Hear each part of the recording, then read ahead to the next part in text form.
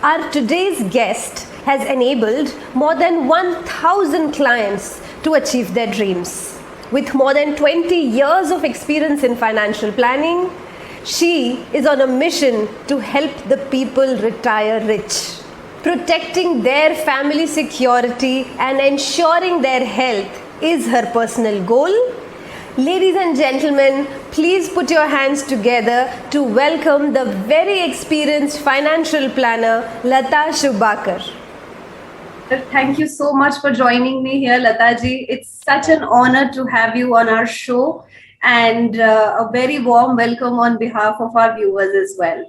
Thank you so much, Punita Lakhani. वो क्या तीन चीजें हैं that you would want to leave the viewers with, so that they don't make the mistakes, and if there are mistakes, they can amend the mistakes that they're doing? Okay, that's a huge responsibility on me. So whatever I have learned in these past 2 decades, the number one lesson is people simply procrastinate. They procrastinate on starting their financial planning. They think it's too early to start retirement planning, too early. When a child is born, many families start putting away money. I tell parents, when a child is born, whatever gifts you get in the birthday or whatever gifts you get on the Namkaran day, please invest that money for the child's education. It is never too early to start your financial planning. Most of us start planning when it is very, very, very late. And then they are either have to invest too much of money and cut down on their lifestyle, or they have very little corpus for their goals, and then they take a loan. So never do this. Start as early as possible, because it's called the power of compounding. I usually give this example to many of the people who are looking at retirement planning. If you are a 30-year-old and if you start investing a small 10,000 rupees per month in a investment which gives 10 to 12% average return, by the time in the next 30 years, he has only invested what, 10,000 is a lakh and 20 per year. Right. 30 years, it is around 36 odd lakhs. So take a guess, by the end of 30 years, the huge corpus that he gets, many people say a few lakhs, but trust me, Punita, this 36 lakhs is going to go to almost 6 crores. 5 Wow. crores is the corpus that he will get when he retires, and that I'm sure is going to take care of his retirement. Absolutely. And many of them feel that, okay, I have my PF, why should I invest money? But PF is not going to take care of your retirement goals. It's not sufficient enough. So we suggest that by the time they're 35, they have to, the same 10,000 cuts into half. Instead of a 6 crore, he gets 3 crores. If he's 40 years old, he gets 1.2 crores. And if he's 50, a few lakhs only. This is called the power of compounding. The power of compounding, I call it, is the 8th wonder of the world.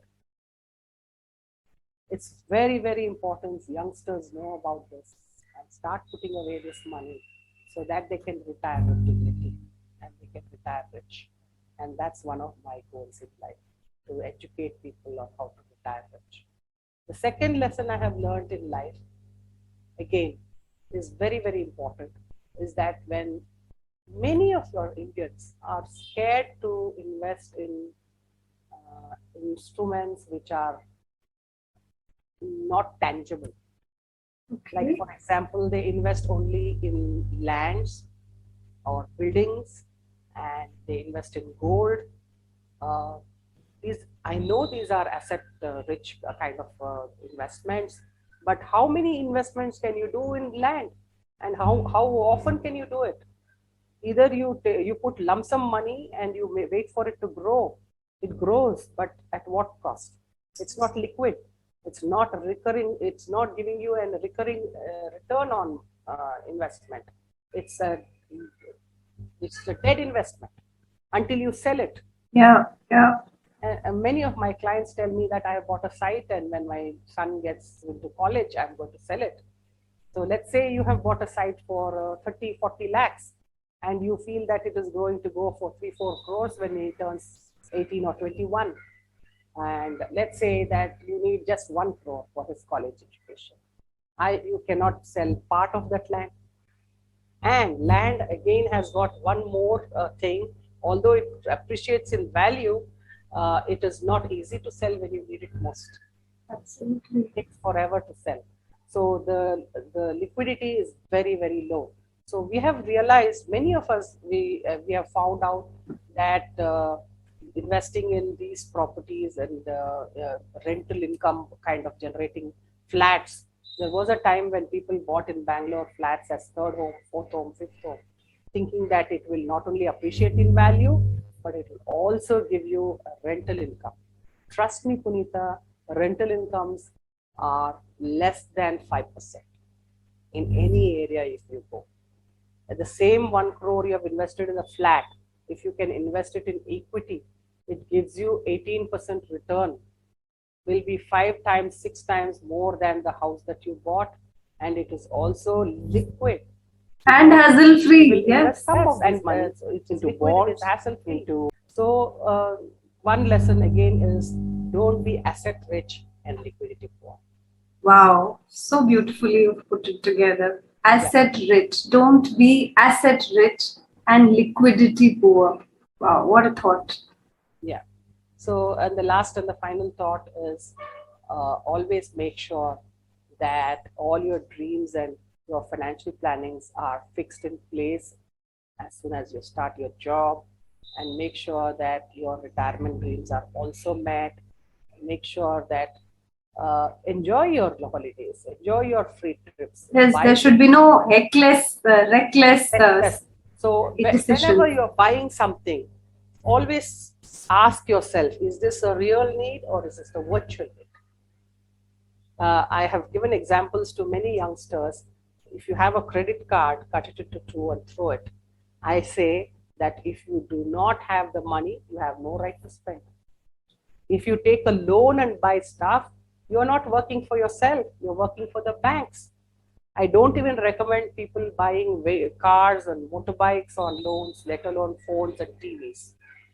So if you are working for yourself, then you invest this money, get interest and buy it when you have the money. Don't buy it today on tomorrow's money and pay interest and work for the banks. This goes even for home loans. Do you know, Punita, that if you buy a 75 lakh worth of loan from a bank, by the time you finish repaying this loan in the next 15 or 20 years, you would have paid the bank 1.5 crores or more. It's double than that. Yes. Have you ever realized that? So who are you working for? For the bank or for yourself? Why don't you start putting away money and take a house? You must remember that when our ancestors or older people in the generation, they only bought a house when they were close to retirement. They never borrowed from the banks. They put away money in the safest places they knew. Fortunately for us, today we have so many investment instruments which are available for you to invest and to beat inflation. And those days, they either kept it in their sugar box or the rice box, or they put it in a bank. The educated ones put it in a bank. That's all they did. But they never bought a house on loans. They never paid the bank so much loans. So always make sure that you invest money right way and buy things when you have the money, because if you don't have the money, you don't need it. True. So make sure that you don't spend money unnecessarily. Don't take loans for little things. Although the bank says it's a interest-free loan, nothing in this world is free. Absolutely correct. And that goes especially to the youngsters, where you had left the message saying, learn to walk first before you start running. Yes. So most of them do this thing. The biggest mistake I have seen youngsters do is, the moment they start earning money, first they flaunt their money, buy stuff which they want to, which is okay because they are using it themselves. But the second big mistake they make in life is they start off doing day trading and buying stocks and mutual funds because a friend told him to do it, a cousin told him to do it, a neighbor told him to do it. And nowadays on online, everybody is going online. They go on to Sharekhan, they go on to other websites which are available. They invest money at their own risk and peril without knowing. The two things you should know in financial planning, Punita. Number one, you should have time. Time to sit and learn, read, and then do the financial planning by yourself. Number two, you should have the enough knowledge. If you don't have these two, you burn your fingers.